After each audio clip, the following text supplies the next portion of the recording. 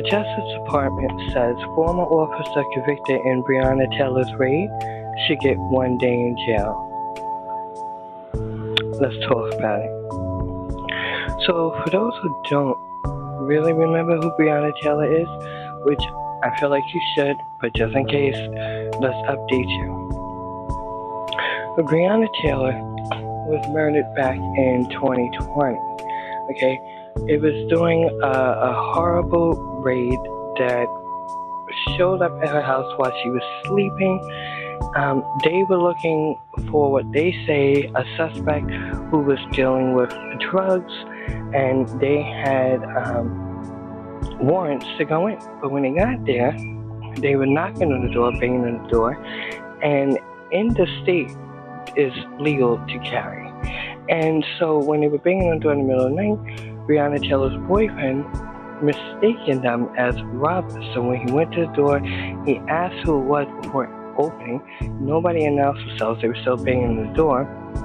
And when the police officers broke the door in, that's when shots were fired, and everything just went really, really badly. And Breonna Taylor, unfortunately, had lost her life during this time.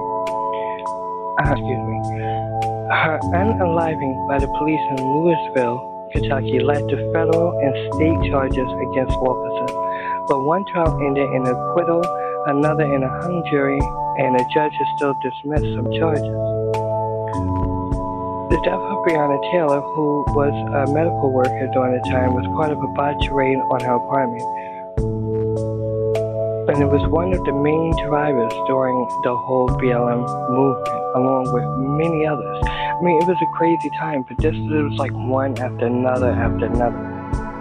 And with Breonna Taylor's situation, nobody felt like they were accountable, even though they say, and the courts found that they lied to get the search warrants to begin with. Everything just was done and handled the worst way you can think of. And no officers has ever been charged in a shooting to Miss Taylor, but on August 4, 2022, the Justice Department charged 4 current and former police officers with the federal civil rights violations, including lying to obtain a search warrant for her apartment.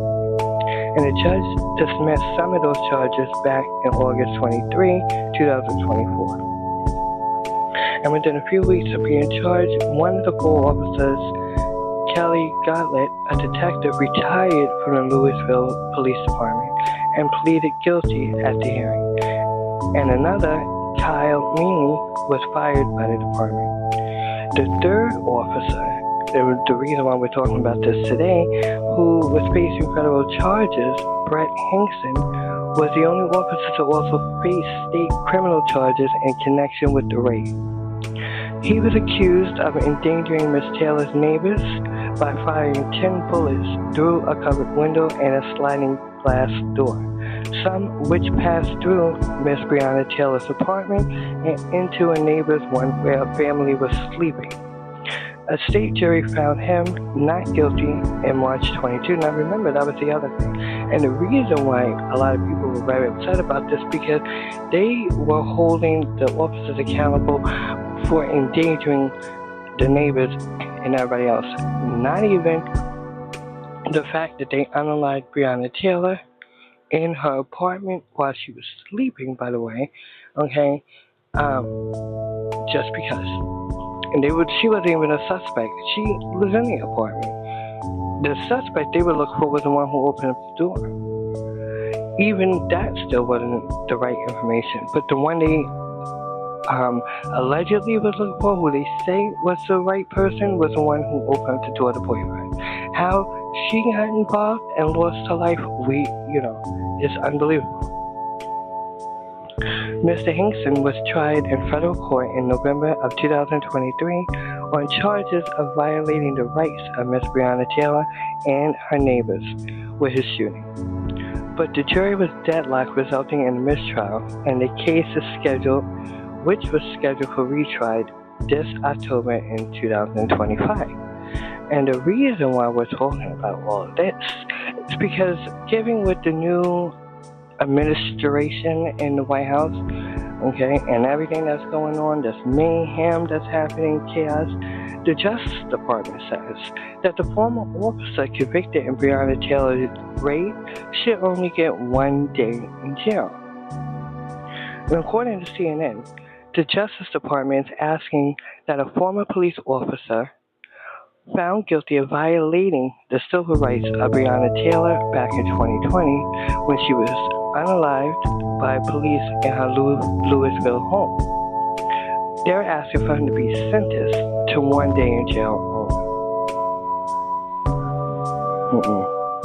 I'm telling you, this is not right.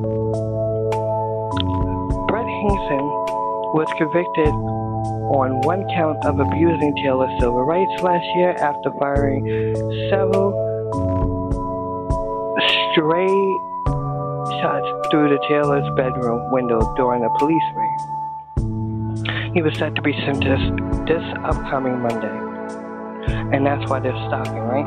And now we're having a whole thing because the Justice Department is stepping into everybody's court cases and trials and telling them they should be released, don't even bother with it, release them. I mean, it just is nonsense. But I'm telling you, the karma for those people, their day will come. I mean, for real, you really are not going to get away with causing mayhem, just injustice all around without some kind of repercussions. I'm sorry, it is what it is, and I'm not talking about anything horrible being done. I'm just talking about karma. Karma is real.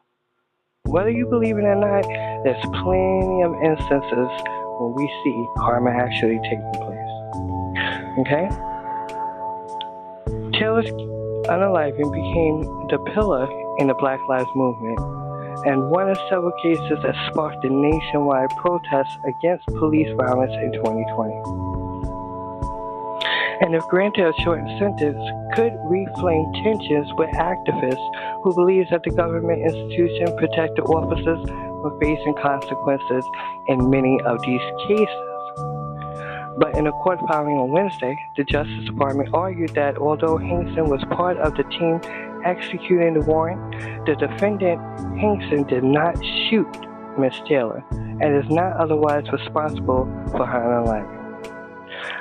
Counsel is unaware of another prosecution in which a police officer has been charged with depriving the rights of another person under the Fourth Amendment for returning fire and not injuring anyone, prosecutors wrote in their filing.